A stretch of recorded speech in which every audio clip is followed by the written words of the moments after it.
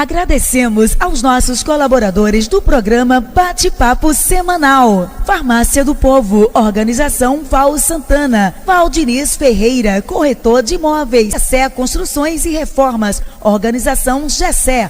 Hotel J. Macedo, Organização João Macedo. Espeto do Quê? Organização Zezinho Nonato. Dr. Mauro Coelho. Silas Desominha. GR Grande Rio Serviços da Construção, Organização Orlando Mestre de Obras, Academia Sport Fitness, Organização Ednei Souza, Vereador Ezermilson Rocha, Vereador Nino Meira, Alto Posto Parque, Organização Diogo Soares Lacerda, Jarbas Meira, Ivaí Tarrão, Fernando Marreca, Edilson Oliveira, Mercadinho Francis, Organização Francivaldo, Opção Modas, Organização Washington Oliveira, Programa Espaço Aberto com Jorge Meira, Vereador Delzão, Fabinho da Saúde, sempre ao lado do povo, Vereador Zezinho das Baterias, Sebastião da Colônia, Reis de Luizão, Dr. Joel Meira Júnior,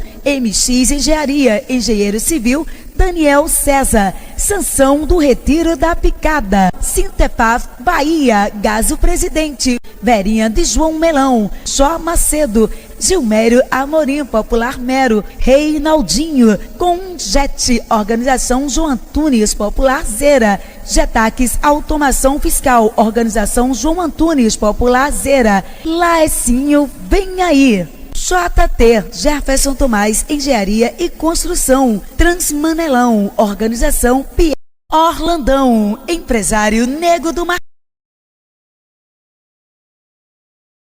Olá vocês que nos seguem no J Politicast, estamos de volta com uma edição especial.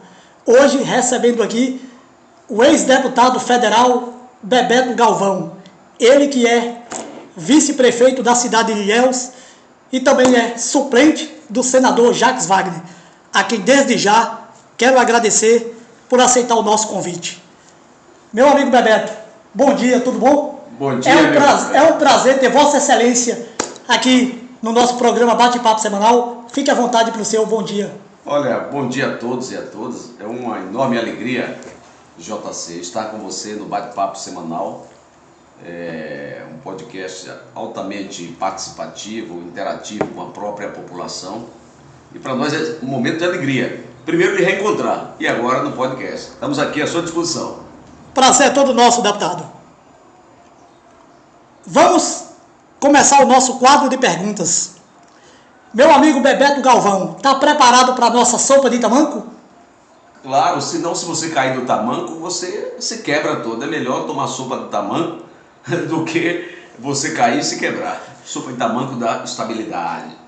Então vamos começar com a nossa primeira pergunta.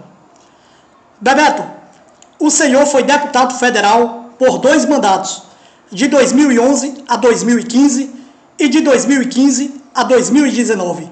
Nessas 2 eleições, sempre sendo votado em Xique-Xique. A minha pergunta é: quais as conquistas e valores de emendas que o ex-deputado Bebeto Galvão conseguiu para a cidade de Xique-Xique nos seus 2 mandatos? Fique à vontade, deputado. Veja, foram 2 mandatos, na verdade 1 mandato e um pouco mais. É que a Câmara considera, se você toma posse, mesmo como suplente, de 1 mês, 2 meses, 3 meses, ela já considera como um mandato. Então eu tomei posse em função da eleição de 2010, que eu fiquei na 5ª suplência, com a saída de Nelson Pellegrino. Eu assumi por um período, me reelegi em 2014 e aí a Câmara considera 2 mandatos. Mas efetivamente foi 1 mandato e alguns meses.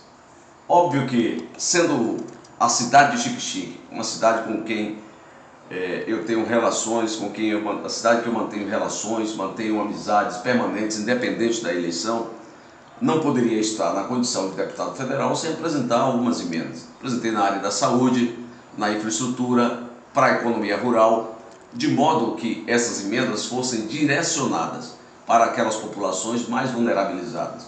A saúde, obviamente, que é uma demanda sempre histórica da população, para atendimento, para medicamento, e eu coloquei recursos na atenção básica. Na economia rural também emendas, tratores, algumas ações foram realizadas. E, além de tudo isso, dessas emendas, obviamente, o meu compromisso com o projeto de desenvolvimento da cidade. Bebeto, o senhor esteve no Congresso Nacional no período do impeachment da ex-presidente Dilma Rousseff. Deputado, faltou habilidade política da ex-presidente Dilma com a Câmara dos Deputados para evitar aquele impeachment? Eu até conversei com a Gleisi Hoffmann, falei isso para o querido senador Jacques Wagner. O PSB, por exemplo, em 2014 teve uma candidatura própria a presidente da República. Nós dissemos ao ex-presidente Lula e a Dilma que o pacto político morfo que nós tínhamos no Brasil ia nos levar para um caminho pouco desejável para a democracia e para o centro democrático composto por partidos de esquerda. Nós tínhamos uma candidatura, no Congresso Nacional nos declaramos uma independência programática, que votávamos com os interesses do Brasil, votávamos em muitas agendas da presidente Dilma. 9 meses depois, eu estava na condição de vice-líder do partido, procurei o senador Wagner, que estava na Casa Civil, e conversei com ele sobre uma definição que nós já tínhamos dotado no interior do partido. Bom, qual foi a definição do partido? Quem tivesse maioria dos votos da bancada para repactuar com o governo, encaminharia. E se não tivesse maioria, continuaria na independência programática. Eu obtive maioria, juntamente com Fernando Filho, era o líder e eu vice-líder. Dos 34 deputados, 26 deputados optaram por repactuar com o governo. Eu fui diretamente ao querido Wagner. Wagner, olha, 9 meses de gestação, o menino está na hora de vir ao mundo e nós queremos conversar se há disposição do governo de repactuar com o PSB. Ele disse, pô, que bom, legal. Isso por quê? Porque nós temos muito mais em comum do que a distância. Nós fomos para uma candidatura a presidente da República, objetivamente sem qualquer tipo de ranhura ou de inimizade. Nós fomos a partir de uma convicção nossa de compreender que o nosso projeto também deveria ser apresentado à sociedade. Bom, Wagner disse ok, conversou com a presidenta Dilma, isso foi em setembro de 2015. Bom, vamos repactuar, qual é a posição? Eu disse, olha, nós queremos repactuar com 2 ministérios, Integração e Ciências e Tecnologia. Esses são os 2 ministérios que o PSB historicamente contribuiu para o governo. Ok, passaram-se alguns meses, Wagner não respondeu, a presidenta Dilma deixou para decidir no ano seguinte, veio o impeachment e aquela discussão toda se salvaríamos ou não Eduardo Cunha no âmbito da comissão de ética, do Conselho de Ética, e eu estava no Conselho de Ética, eu próprio me propus e o PT fez ali algumas observações importantes que poderia salvar Eduardo Cunha. Não prosperou o acordo, Eduardo Cunha se frustrou e disse que iria despachar o impeachment no ano seguinte. Isso já passou setembro a primeira conversa, outubro, novembro, e não veio a resposta. Virou o ano, Eduardo Cunha despachou o impeachment de Hélio Bicudo, implementou, eu fui para a comissão do impeachment, não vi nenhum crime constitucionalmente reclamado para impeachment a presidenta, mas o PT perdeu tempo. E ao perder o tempo, deu que tinha 26 deputados, começaram, portanto, uma série de ações sobre os nossos deputados, inclusive do Michel Temer, para mudar o voto dos deputados e apoiar o impeachment. O resultado é que de 26 nós ficamos com 4 deputados. O PT trabalhou o raciocínio, na minha opinião, naquela quadra, eu não digo nem o PT, a presidenta Dilma, naquela quadra, de que a aliança estabelecida por si só seria suficiente para mantê-la no poder. E sabe qual foi a diferença entre ela ficar e ser impeachmentada? Os votos do PSB. Então, de 171 votos, se tivesse feito o acordo tempestivamente, eu acho que nós teríamos tudo.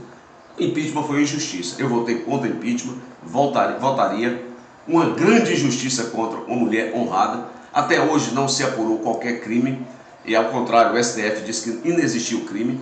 E, portanto, foi uma batalha muito dura, e não era só batalha para salvar o Dilma, é batalha para salvar a democracia, a liberdade e garantir que o Brasil continuasse na trajetória de desenvolvimento econômico e social como vinha tendo. Mas, infelizmente, a direita se ocupou e adotou uma interseccionalidade, tirar Dilma, depois botar Temer, para preparar o terreno para o inominável chegar como de fato chegou. Respondido, deputado. Vamos para a nossa segunda pergunta. Bebeto Galvão, comentavam nos bastidores da política baiana que o senhor estava na torcida para que o senador Jacques Wagner fosse o candidato a governo da Bahia em 2022. Uma vez que ele fosse eleito governador da Bahia, o senhor assumiria a vaga no Senado Federal, por ser o suplente do senador Jacques Wagner. A minha pergunta é, quando o senador Jacques Wagner desistiu de ser candidato a governo da Bahia, o senhor ficou chateado por perder a chance de chegar ao Senado Federal? Fique à vontade. Não, em absoluto. Primeiro que eu reconheço que a conquista do mandato é uma conquista do senador Wagner. E eu, em função da própria legislação e para ajudar na unidade interna do nosso governo, na medida em que havia sido suprimido o nome de elites da chapa majoritária, me permiti, até não ir à reeleição de deputado federal, e todos sabiam que eu tinha uma eleição trabalhada, e ajudar, como soldado da luta democrática, a unidade do nosso grupo. Me coloquei nesta condição por um pedido do governador Rui, do senador Wagner, e fui fazer a composição como primeiro suplente. Mas eu tenho a exata dimensão do que representa ser o primeiro suplente. Você só ocupa o cargo numa vacância efetiva ou temporária. A história do Wagner ser candidato, como eu conheço muito bem a política, eu disse, olha, eu não vou ter expectativa, não vou elevar minhas emoções, e eu tenho emoções reguladas, porque se desregula minha emoção com ansiedade de se Wagner vai ser ou não, a minha racionalidade vai ser destruída. Eu me mantive entendendo que aquela era uma conquista de Wagner, e a decisão de ser ou não candidato a governador, ser ou não ministro, competia a ele diretamente e ao grupo. Ele não foi candidato a governador e eu também não fiquei frustrado, porque eu tenho a exata dimensão do que representa ser um suplente numa chapa. E no jogo da política, obviamente, que às vezes não só a vontade pessoal, ela importa. Fundamentalmente, importa um concerto interno num conjunto de partidos, uma aliança tão extensa quanto a nossa. Wagner não foi, é senador, eu estou feliz, porque mantenho a minha trajetória, o meu respeito a Wagner, minha relação com ele, e aliás, a Bahia está muito bem representada com ele, com Otto, e eu estou tranquilo na condição de vice-prefeito da cidade de Ilhéus, mas também tranquilo com a minha própria consciência, entendendo que ali era uma conquista do senador e não uma conquista de Bebeto. Deputado, as pesquisas no nosso estado colocavam a ACM Neto como eleito já no primeiro turno. O senhor ficou surpreso com a vitória de Jerônimo Rodrigues? Em absoluto, eu fui da coordenação da campanha do Jerônimo. Eu sempre afirmei, para a descrença de muitos que pularam do barco nessa onda geral de que o outro ganharia a eleição, eu sempre afirmei que Jerônimo, eu conheço de anos, a trajetória de militância de Jerônimo, os compromissos de Jerônimo, é quem mais conhece o governo, que realizou os programas de governo, tanto de Wagner quanto de Rui, os PGPs, ele era o organizador, que se traduziu no plano de governo, e ele foi o organizador do plano de governo, conhecia as entranhas do governo, relações com o mundo político. As pessoas estranharam porque esperavam ser alguém já testado eleitoralmente, o Wagner ou Otto.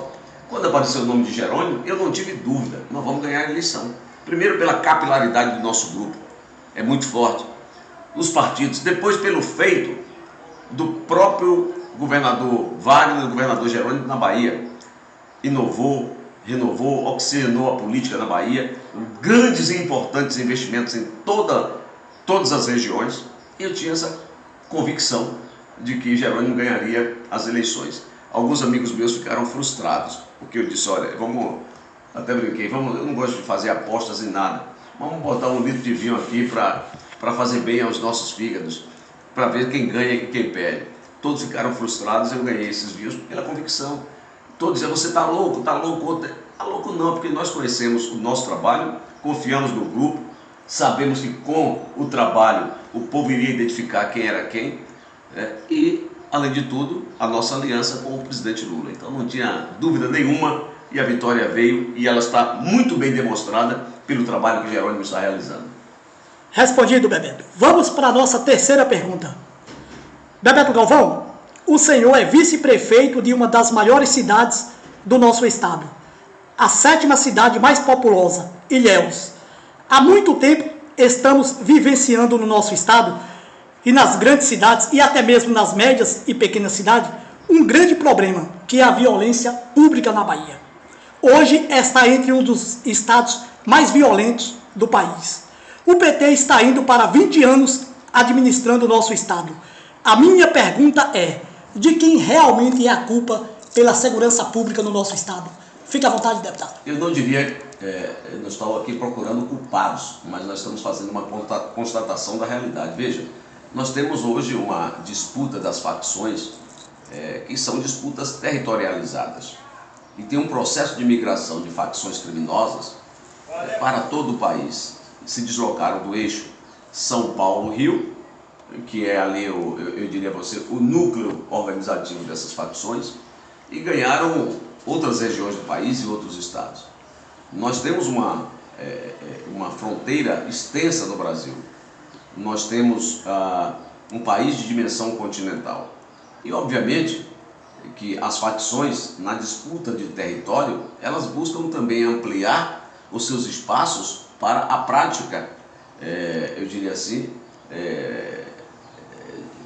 de atuação marginal, né, como nós estamos vendo, e nessa prática de ocupação de espaços e de territórios, os crimes começam a ocorrer. Se você for pegar o anuário da violência no Brasil e analisar os dados estatísticos, a violência hoje é mais pela disputa do tráfico do que por outra razão. E a disputa do tráfico amplia-se para outros tipos de crimes, né, que nós estamos vendo no Brasil. O cara rouba um carro para poder fazer o quê? Para poder comprar drogas. O crime organiza e arromba bancos. Então eu diria, essa é uma ação, como o governo Lula está fazendo, que só pode ser resolvida a quatro mãos. O governo federal, nessa guerra fronteiriça que nós temos, as facções hoje, elas são facções transfronteiriças, né? Brasil, países como Venezuela, países como Bolívia, e assim sucessivamente. Então, passou a ser um crime não apenas local, transfronteiriço.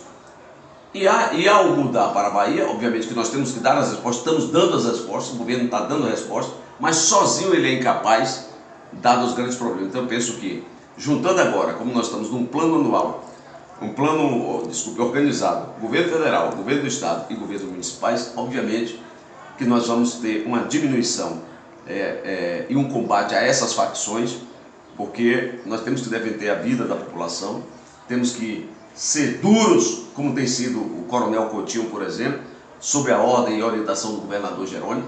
Combater, você está vendo as investidas em Salvador, está desmantelando, mas não basta só isso. Desmantelar e prender, nós temos que ir na inteligência, atacar naquilo que é fundamental para essas facções, que é o seu poderio financeiro. Eles hoje movimentam bilhões e bilhões no país e no mundo. Então nós temos que atacar o poder financeiro dele, porque destruir o poder financeiro é destruir a organização também. E isso nós estamos fazendo com inteligência.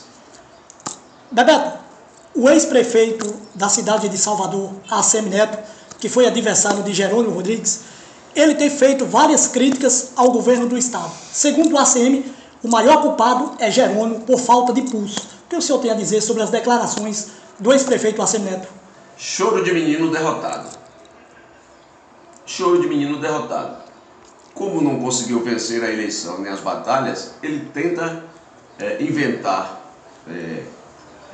narrativas para ver se ele continua na cena política. Mas é choro de menino que perdeu a eleição ou que tomaram a bola dele.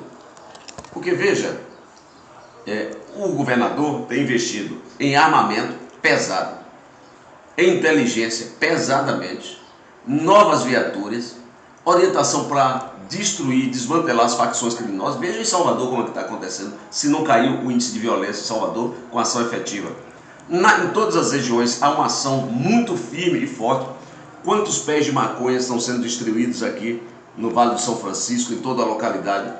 Então ele talvez esteja no mundo paralelo, talvez ele esteja falando de um outro lugar, não da Bahia, porque o governador tem pulso, é quem coordena essa ação e é quem faz chegar junto à polícia da população para proteger e para destruir essas facções criminosas. Respondido, deputado. Vamos para a nossa quarta pergunta. Bebeto, estamos chegando aí aos 10 primeiros meses do governo da Bahia, Jerônimo, e também os 10 primeiros meses do governo Luiz Inácio Lula da Silva. A minha pergunta é, qual a avaliação que o senhor faz desses primeiros 10 meses do governo do estado e do governo federal?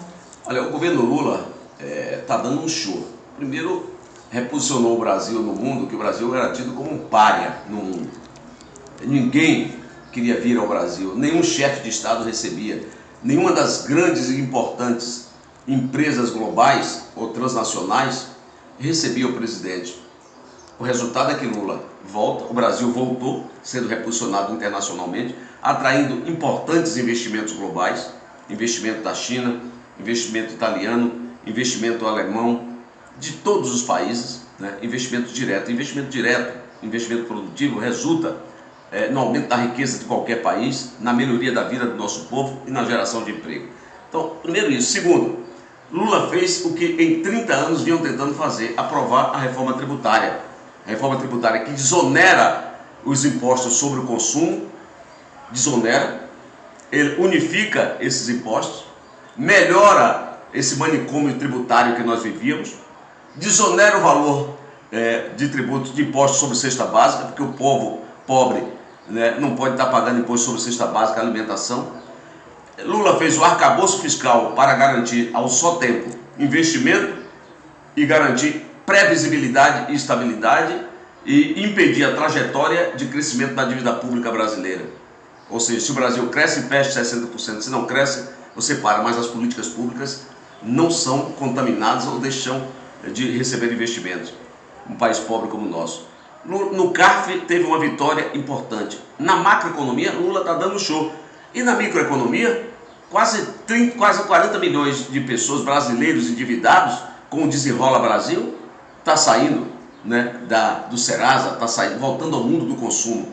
Se você for analisar do ponto de vista das políticas sociais, Bolsa Família, mais médico, a questão da farmácia do povo voltando, Minha Casa Minha Vida para combater o déficit habitacional voltou, emprego crescente no Brasil, vamos fechar esse ano com quase 2 milhões de empregos gerados, novos empregos gerados, a economia crescendo 3%. Então o PAC que ele lançou vai ser quase 1,4 trilhões, 1,3 trilhões mais ou menos de investimento nos próximos 4 anos, entre investimentos públicos e privados. Investimento público, aumento da taxa pública de investimento, ele puxa o investimento privado. Então o governo, na minha opinião, está bem, está acertando. Infelizmente, a composição da Câmara e do Senado não está enxergando, uma parte deles não estão enxergando o Brasil e estão tentando fazer ali marola. Mas Lula ampliou, negociou, trouxe para a base importantes partidos que hoje nos dá a condição de ter uma maioria no Congresso Nacional. Jerônimo segue a mesma rota. Jerônimo, em 10 meses, já visitou mais de quase 150 cidades, 120 cidades mais ou menos.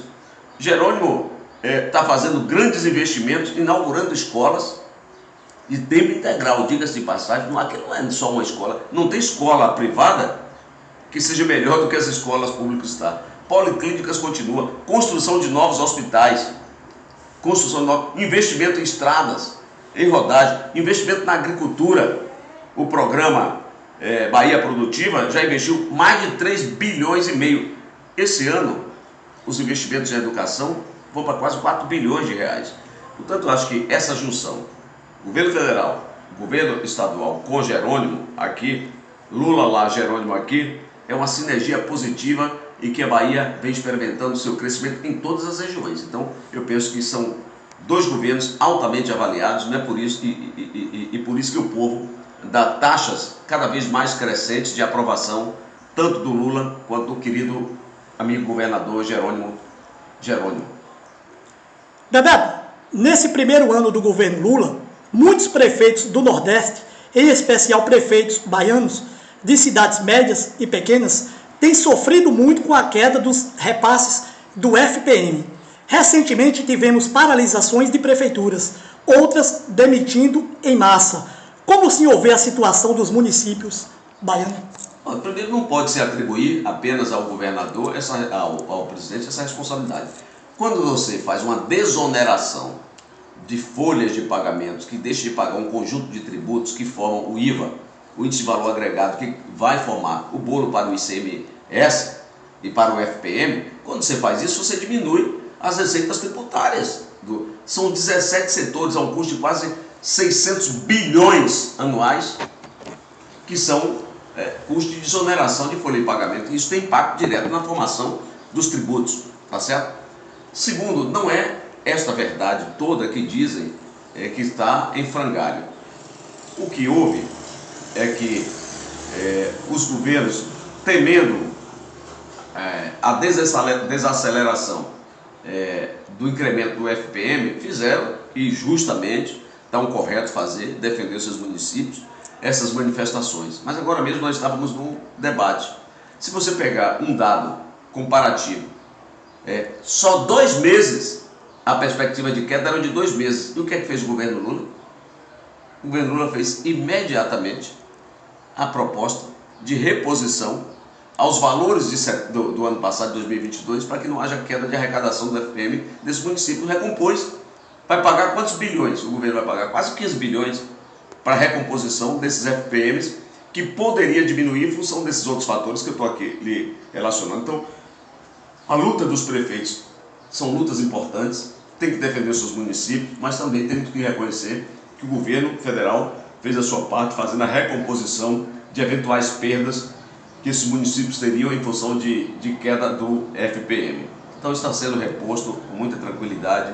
Nós vimos aqui na cidade, tem alguns dados importantes que foram apresentados hoje, eu não quero falar aqui porque foi fruto de uma reflexão ali dos partidos, mas enfim, eu acho que está sendo reposto. E os governos, e outra, com a PEC da desoneração, e aqui iria chamar a PEC da desoneração dos municípios, por exemplo, a diminuição dos valores pagos a título de contribuição previdenciária vai diminuir muito.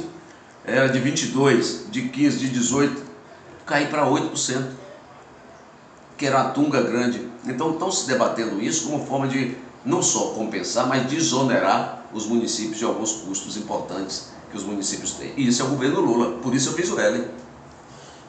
Deputado, o senhor acabou de falar que o presidente Lula vai repassar aos municípios aquela queda que teve nos repasses. Vai recompor. O prefeito de Xique-Xique, Reinaldo Filho, semana passada postou uma nota nas redes sociais dizendo que esse repasse não chegou até Xique-Xique ainda. O que o senhor tem a dizer sobre isso? É outro factoide. Ele sabe que a autorização legislativa foi feita agora e o presidente Lula assinou a lei a semana passada. Obviamente que assinar a lei semana passada não significa dizer que já está, mas vão vir para esses anos finais, agora esses meses finais vão ser repassados. Então tem que falar a verdade, não pode ficar gerando factoide ou fazendo, como ele sempre faz, esse tipo de debate, de discussão com fake news. Ele sabe que foi aprovado e vai ser recomposto. Eu falo com os dados dele agora, levantado no Tribunal de Contas dos municípios, todos os dados dele, tem uma movimentação, né, da orçamentária dele, e a execução financeira também a gente sabe, e onde ele direcionou o dinheiro, quais áreas que ele direcionou. Então ele não pode fazer com o povo de Xique-Xique uma mentira ou uma chantagem para justificar aquilo que ele quer fazer de errado, que talvez seja demitir, talvez seja diminuir serviços. Então ele usar o governo Lula não vai, porque virá os recursos, foi aprovado, virão para recompor essas perdas. Agora, daí em diante, é tudo factoide. Respondido, deputado. Vamos para a nossa quinta pergunta. Deputado, vamos falar agora de eleições municipais, aqui de Xique-Xique. O PSB, partido do qual o senhor faz parte, tem uma pré-candidata a prefeita, a médica doutora Simone. Ela que faz parte da oposição de Xique-Xique. Mas, na oposição, existem outros nomes como pré-candidatos e pré-candidatas. Eu vou citar esses nomes aqui para o senhor. A vereadora Gene Cássia, o vereador Neilton do sindicato, Dr. Lula, George Figueiredo, Fabinho da Saúde e Jarbas Meira. A minha pergunta é: quem será o candidato ou candidata da oposição em 2024? Fica à vontade. Isso é uma construção. E que bom que os nossos partidos, a diferença entre nós, desse campo democrático e do autoritarismo, é que lá eles batem na mesa e dizem: o candidato é esse. Viu o exemplo de Iracema Neto, que impôs uma vice contra todos os partidos, e disse: essa é minha vontade. Botou uma vice, a Ana Coelho, que resultou no que viu, mas lá é autoritarismo. No nosso campo não, nosso campo é reflexão, debate. E é legítimo que os partidos tenham as suas respectivas pré-candidaturas, é legítimo. E isso é um processo de construção. O rito da política é conversa, é construção coletiva. Nós estamos fazendo alguns passos, nós demos importantes, de conversas aqui estão sendo operadas, essas conversas estão sendo realizadas. Nós estamos operando um processo de debate, de discussão com o governo do Estado, todos foram recebidos.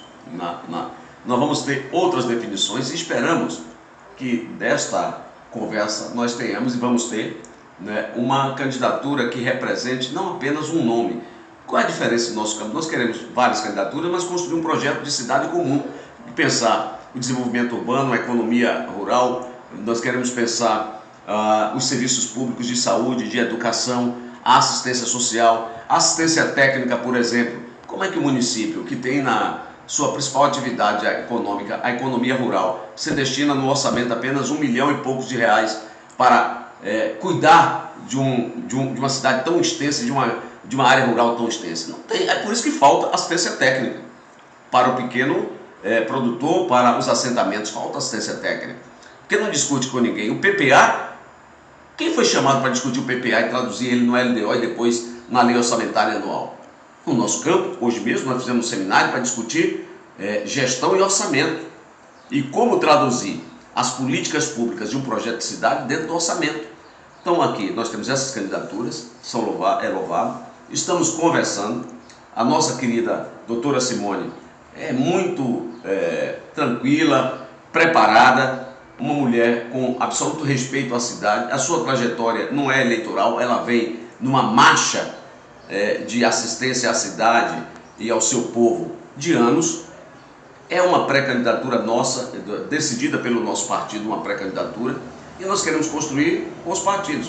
O PT, Simone já conseguiu atrair 2 novos partidos, né? O Podemos e o Avante, ela conseguiu atrair 2 novos partidos, e estamos conversando com a federação, que é formada por PT, PCdoB e PV, porque nós temos muito em comum na nossa relação. Nós estamos conversando com o PDT do Lula, nós estamos conversando com o Gênio Cássia, para a gente ver. E aí, qual é a decisão? É ter um procedimento para chegar ao nome. Qual é o procedimento? Aí vamos estabelecer. O procedimento é pesquisa, Quem agrega mais, quem agrega mais. Quem unifica, quem unifica no campo da cidade. E qual é o programa de governo? O programa comum de todos. E, obviamente, na formulação todos participam e esperamos, com fé em Deus, ganhar a eleição para fazer uma execução também coletiva e dialogada com o povo. Respondido, deputado. Vamos para a nossa 6ª pergunta. Bebeto, a oposição em Xique-Xique hoje apresenta 7 pré-candidatos a prefeito e prefeita. Esses pré-candidatos estão em partidos diferentes. Nas últimas 2 eleições, 2016 e 2020, o candidato a prefeito foi o empresário Eduardo Pessoa, saindo pelo PSB, partido que o senhor faz parte. Há uma grande discussão dentro da oposição em relação à cabeça de chapa. Muitas lideranças acham que chegou a vez de outro partido lançar o nome em 2024. Sabemos que o governo do estado, nas pessoas de Jerônimo Rodrigues e do secretário Caetano, tem interesse nas eleições daqui. A minha pergunta é: há uma possibilidade da pré-candidata a doutora Simone deixar o PSB e ir para o PT para aumentar a chance dela ser a candidata? Fique à vontade. Veja, a população, quando vai votar, não olha muito essa questão de partido, olha a pessoa, a idoneidade, o trabalho, aquele que está melhor preparado e aquele que tem a oportunidade, dialogadamente com os demais partidos, de construir essa unidade e fazer uma gestão vitoriosa para a própria cidade, que afinal de contas é fazer para o povo. Não há essa... não vejo isso em Jerônimo, nunca vi isso em Caetano, mas sobretudo no Jerônimo, no nosso conselho político. Não há exigência de você tirar uma pessoa que tem uma boa performance em pesquisa de um partido para colocar em outro, simplesmente porque houve uma disputa eleitoral no passado com um número. Nós estamos falando com o número do partido, e os partidos são importantes, porque eles conformam o espaço de realização dos projetos de poder. Mas os nomes das pessoas são mais importantes. Então, doutora Simone vai ser doutora Simone na aliança no PSB, como ela está, e está firmada essa posição, e o governador não tem feito essa exigência. Se alguém está fazendo essa exigência, não está falando em nome do governador, nem em nome do Conselho Político do Estado. Eu penso que Simone, pelo que ela representa, a seriedade, filiou-se ao PSB. Nós estamos conversando há um ano com ela, há um ano, mais de um ano com ela. Filiou-se ao PSB, é leal, honesta, ética, é uma pessoa que vai corresponder, estando no PSB, ao que nós acertarmos com os partidos da frente, porque é ela a pessoa, e não é o partido que vai mudar a pessoa. A pessoa até muda o partido, mas não é o partido que muda a pessoa. Então eu acho que não tem essa possibilidade. A Simone é um nome que a cidade conhece. Você falou bem de Eduardo, nós oferecemos a Eduardo. Eduardo foi candidato numa quadra diferente dessa. Essa é uma quadra que nós não teremos a reeleição, é uma quadra de disputa normal, e ela ficará no PSB. Ela nunca me falou sobre isso, eu estou até tomando a ousadia de dizer, ela nunca me falou sobre isso, não comentou sobre isso, mas eu até respondi um fake news que fizeram aqui, que ela tinha ido para Salvador, né, para tratar da mudança de partido dela. Uma fake news, né? Tem gente interessada pela desenvoltura de pesquisas que ela tem tido em levar para os seus respectivos partidos, fazendo o jogo, que na minha opinião não é o jogo da boa política. Respondido, Bebeto. Bebeto, sei que o senhor tem uma agenda a cumprir ainda essa tarde. O senhor acabou de sair de um evento na UNEB aqui em Xique-Xique. Vamos para a nossa penúltima pergunta. Bebeto, o PSB de Xique-Xique foi presidido por alguns anos pelo vereador de oposição Neilton do sindicato. Inclusive, o vereador foi presidente do partido nas últimas 2 eleições que o PSB teve o candidato próprio, nas eleições de 2016 e 20. A minha pergunta é: o que aconteceu para o PSB sair das mãos do vereador Neilton e ir para as mãos de Dr. Paulo Nogueira? Fica à vontade, Bebeto. Olha, ninguém nega a contribuição de Neilton, ele inclusive elegeu-se pelo próprio PSB. Partido como qualquer partido nacionalmente, e nós fizemos uma chamada autorreforma, que definimos o programa, algumas resoluções importantes do partido, como enfrentar a eleição nas principais cidades de todo o país, e a Bahia não fugiria à regra. Bahia, numa discussão da nossa executiva estadual, eu sou da executiva, discutimos no Conselho Político, o governador pediu isso, quais são as cidades em que vocês têm pré-candidaturas estabelecidas. Cada partido apresentou as cidades em que tem candidatura pré-estabelecida. Xique-Xique é uma cidade delas que nós apresentamos. E como nós estamos num processo de mudança da própria direção do partido em diversas cidades, eu, por exemplo, na cidade de Ilhéus, eu era presidente, não sou mais presidente. Isso não desmerece, porque eu sou um quadro do partido. Para eu ser partido, não preciso estar na presidência de partido. Eu vou ser militante sempre do partido.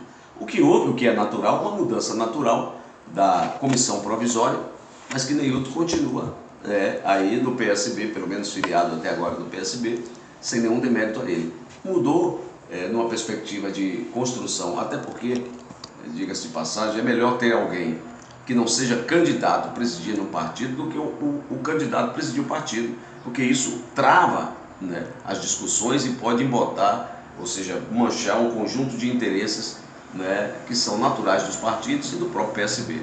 Nada que grave, isso é normal da própria atuação partidária.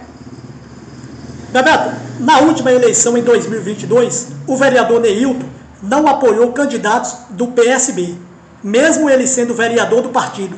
Vocês temem que o parlamentar possa deixar o PSB na janela de transferência? Olha, é opção pessoal de cada um, permanecer ou não no partido. Eu me filio por uma opção programática. Eu estou no partido por uma opção também pessoal. Ficar ou não, aí eu não posso responder, né? Aí é uma decisão pessoal, foro íntimo de cada um, que avalia as circunstâncias daquele momento e as suas possibilidades de eleição, etc. Ele sabe, nós não negamos, no PSB tem a candidatura de Simone, é a nossa candidata, de Simone, não é, aliás, não é candidata minha, é uma decisão mais ampla, e eu apoio essa decisão, construindo essa decisão. Então, aí, eu acho que é uma questão mais de foro pessoal, de foro íntimo. Então, ele se elegeu pelo PSB, mas tem o direito de migrar na janela, se ele assim entender. para outro partido, mas aí só ele pode responder. Respondido, Bebeto. Vamos para a nossa última pergunta. Bebeto, para encerrarmos o nosso bate-papo, semana passada, quase todos os pré-candidatos a prefeito e prefeita da oposição estiveram na capital baiana em reunião com o secretário Caetano e com Vossa Excelência, que também esteve presente. Apenas o candidato a prefeito, Dr. Lula, não participou dessa reunião. A minha pergunta é, nessa reunião foi fechado um acordo de união do grupo da oposição? O senhor acredita que há uma possibilidade de uma terceira via saindo dessa oposição? Fica à vontade. Olha, eu acho que o governo mostrou a sua preocupação em construir um caminho para unir toda a oposição aqui na cidade. Eu tive com o Caetano, anteriormente à própria reunião, conversamos muito sobre as cidades e refletimos sobre o Xique-Xique. Ele já havia recebido a doutora Simone e sugerimos, né, que o governo pudesse ir acelerando essas discussões, como ele fez, chamando os pré-candidatos para uma reflexão mais ampla em Salvador. Lá todos estiveram. Eu não sei as circunstâncias que impediram o meu amigo Lula de ir à reunião, mas a oposição ela está toda, vamos dizer, irmanada. Repito, o que nós precisamos agora nessa convivência, definir quais são os procedimentos para a gente chegar efetivamente ao nome que lidere o projeto de cidade em nome de todos os outros partidos e pré-candidatos, porque só tem 2 vagas, uma para prefeito e outra para vice, né? Eu não acredito que haja uma ruptura, não acredito nessa ruptura na cidade. Terceira via, uma eleição polarizada, é muito difícil no Brasil, em qualquer lugar. Uma terceira via é uma questão quase que impossível de você consolidar. E a tendência é que seja uma eleição polarizada entre o nosso bloco, o bloco dos partidos que estão na base do governo do Estado, e o bloco de oposição à cidade. Porque, por exemplo, o que eu quero dizer? O bloco de oposição na cidade é conformado por esses partidos que são da base e caminharam com o Jerônimo. Então, o Jerônimo, no Conselho Político, adotou uma resolução. Ele vai subir em palanque e vai se decidir, primeiramente, por quem apoiou ele nas campanhas. Se o prefeito for à eleição e apoiou, ele vai. Pré-candidato, ele vai. Que apoiou ele, apoiou a eleição dele.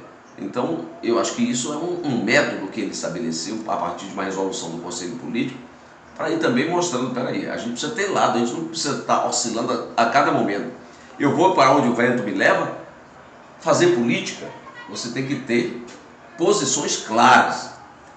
Quem optou em fazer oposição ao governo, optou e fez a oposição ao governo. Quem optou ficar na base do governo, fez.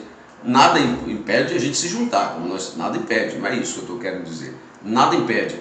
Agora, eu acho que as definições o governo vai clarificá-las melhor para dizer, olha, quem tem mais chance é esse, quem tem... E nós também aqui vamos dizer, num determinado momento, quem tem mais chance de enfrentar essa máquina da cidade. Eu penso que o equilíbrio, sensatez, a forma como a doutora Simone trabalha a política com respeito a todos, eu diria a você, é uma condição excepcional.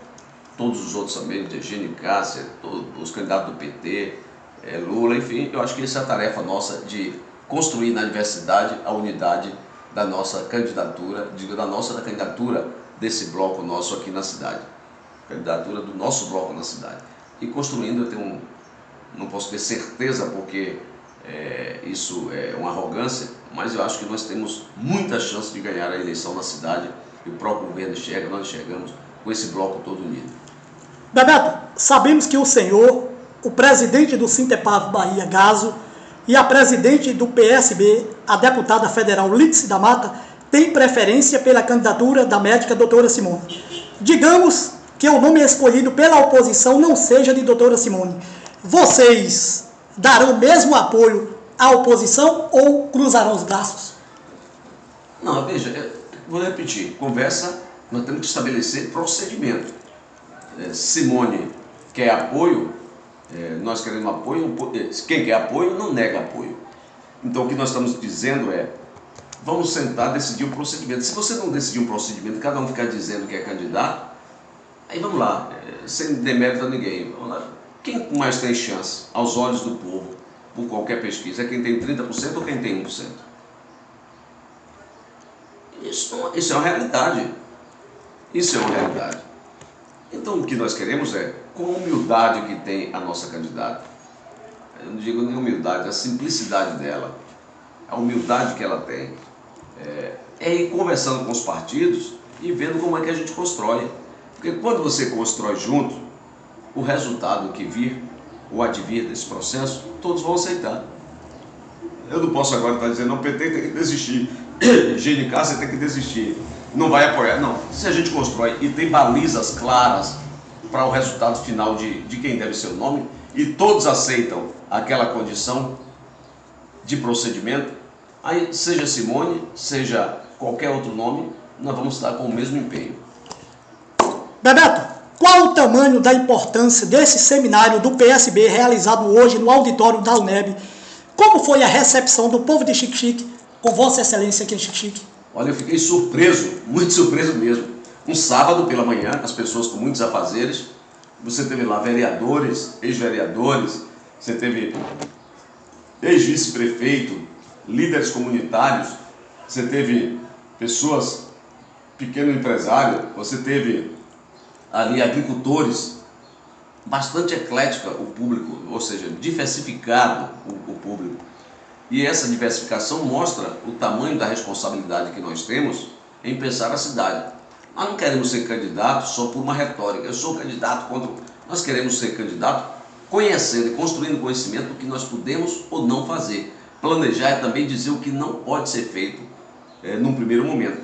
Nossa pré-candidata e esse bloco também tem a lealdade ao povo a ponto de ir discutir o projeto de cidade, fazendo seminários como nós fizemos hoje. Então, o seminário hoje foi de gestão orçamentária, de análise do PPA do governo, das propostas de governo que ele fez aí, e quase todas não foram cumpridas, da execução financeira do orçamento, como é que está, altamente positivo. Quem lá esteve viu a qualidade da apresentação feita pelo Dr. Jorge e a interação do público questionando, por exemplo, o precatório, né?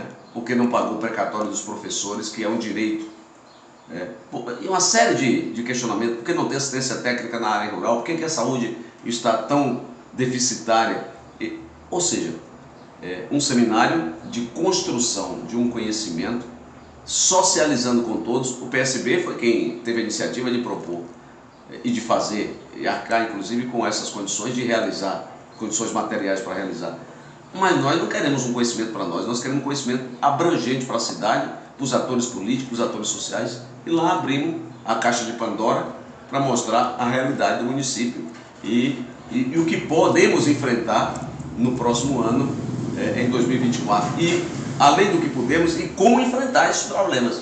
Então acho que foi muito positivo, participativo, de qualidade, e a recepção a melhor, não só para mim, mas para todos que lá estiveram, para o Dr. Jorge, a doutora Simone, enfim, para todos os presidentes de partidos, todos que lá estavam, então altamente receptivo e de grande qualidade, que começa a enxergar as coisas da cidade como elas são e a propor algo a partir do próprio orçamento do município. Respondido, deputado. É isso aí, meus amigos, estamos finalizando essa edição especial com o ex-deputado Bebeto Galvão. Quero aqui agradecer a assessoria do deputado por disponibilizar Bebeto Galvão para esse grande bate-papo. Também quero agradecer aqui a amiga Greilma Rodrigues, Dailton Clemente, doutor Paulo Nogueira e a nossa amiga Kerly Dias. Deputado, seja bem-vindo a Xique-Xique. Muito obrigado por participar aqui do nosso bate-papo.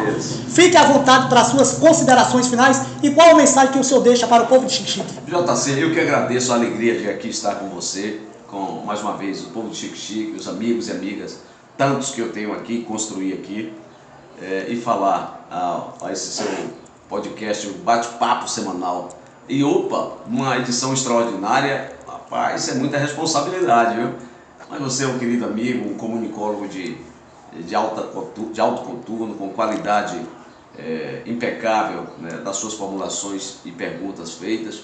Então eu quero lhe agradecer, deixar um forte abraço aos amigos, amigas, à população de Xique-Xique, que deve e sabe disso, continuar merecendo o nosso apoio, a nossa preocupação e o nosso trabalho para ajudar a querida cidade de Xique-Xique. E vamos esperar que o nosso bom Deus ilumine a todos nós, ilumine a cidade, e que a gente possa continuar nesta pegada, todos nós juntos, e em 2024 fazer desse processo de 24 um processo de mudança, de melhoria da vida do nosso povo. Um abraço, que Deus nos abençoe. Muito obrigado, deputado. É isso aí, meus amigos. Estamos finalizando mais um programa Bate-Papo Semanal. Se assim o nosso bom Deus nos permitir, na próxima terça-feira estaremos de volta entrevistando o secretário de Educação do município de Xique-Xique, Adoniran Leite. Tenham todos uma boa tarde. Muito obrigado mais uma vez, Bebeto. Bora, rapaz. Boa tarde. Tenham todos uma boa tarde e até mais. Tchau, tchau.